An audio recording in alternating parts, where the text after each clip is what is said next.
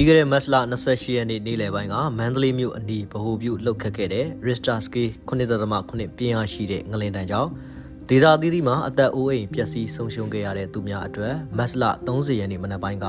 ရန်ဂရုရဲ့ဌာနလက်အောက်မှာရှိတဲ့ဝန်ထမ်းများမှာလူအသုံးဆောင်နဲ့အစားအစာများတွားရောက်လှူဒါန်းခဲ့ကြပါတယ်။အခုလိုငလင်ဘေးဒဏ်ကြောင့်ဒေသအသီးသီးမှာရှိတဲ့အသက်အိုးအိမ်အလုံးစုံပျက်စီးဆုံးရှုံးခဲ့ရတဲ့သူများအတွက်ငွေကျပ်သိန်းပေါင်း900ဝန်းကျင်ရှိတဲ့လူအသုံးဆောင်တဲ့အစားအစာများကိုရန်ဂရုရဲ့ဌာနခွဲများဖြစ်ကြတဲ့ရန် Insurance, EFT, Unibay နဲ့ YTV Free to ရဲ့ဌာနမှဝန်ထမ်းများကတွားရောက်လှူဒါန်းခဲ့ကြပါတယ်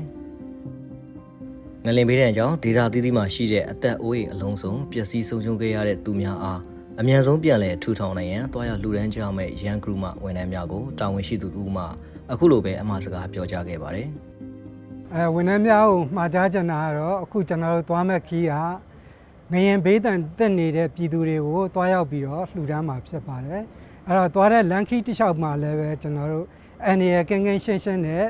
နော်သွားနိုင်ဖို့အတွက်လည်းပဲမှာကြားလိုပါတယ်။ပြီးတဲ့အခါမှာကျွန်တော်တို့တွေကတကယ်လိုအပ်နေတဲ့ပြည်သူတွေအတွက်နော်စားတောက်ဆရာတွေနဲ့လူသုံးကုန်ပစ္စည်းတွေသွားပို့တာဖြစ်ပါတယ်။အဲ့တော့ဒီပစ္စည်းတွေကိုလမ်းခီးမှာမပြတ်မစီးအောင်လို့လည်းပဲထိမ့်သိမ်းသွားဖို့အတွက်ကျွန်တော်အနေနဲ့မှာကြားလိုပါတယ်။ပြီးရင်လည်းပဲကျွန်တော်တို့ငကိုရီမှန်းထားတဲ့နော်နေရာအသီးသီးကိုရောက်ရှိအောင်လို့မျှမျှတတနဲ့ကျွန်တော်တို့တကယ်လိုအပ်နေတဲ့လူတွေလက်ထက်ရောက်အောင်လို့ဝေပေးကြပါလို့လည်းမှာကြားလိုပါတယ်။ပြီးရင်ကျွန်တော်တို့ဘေးကင်းလုံခြုံစွာနဲ့ပြန်လည်ရောက်ရှိလာမယ်လို့ကျွန်တော်အနေနဲ့မျှော်လင့်ပါတယ်ခင်ဗျာ။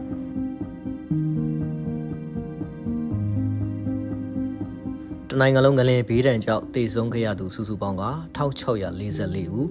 ဒဏ်ရာရရှိသူစုစုပေါင်း2408ဦးပျောက်ဆုံးနေသူ139ဦးရှိရလို့မတ်လ29ရက်နေ့ထုတ်ပြန်မှုရသိရပါတယ်။အခုလိုငလင်ဘေးဒဏ်ကြောင့်ဒေသအသီးသီးမှာရှိတဲ့အသက်အိုးအိမ်အလုံးစုံပျက်စီးဆုံးရှုံးခဲ့ရသူများအများဆုံးပြန်လည်ထူထောင်နိုင်ရန်တစ်ဖက်တစ်လမ်းမှပါဝင်ကူညီပေးရင်းနဲ့ဆုံးရှုံးမှုများလျော့နေပြီးတော့အသက်ဘေးအန္တရာယ်အများဆုံးကင်းဝေးကြပါစေလို့ရန်ဂရုမှစုမုံကောင်းပြုလိုက်ပါတယ်ခင်ဗျာ။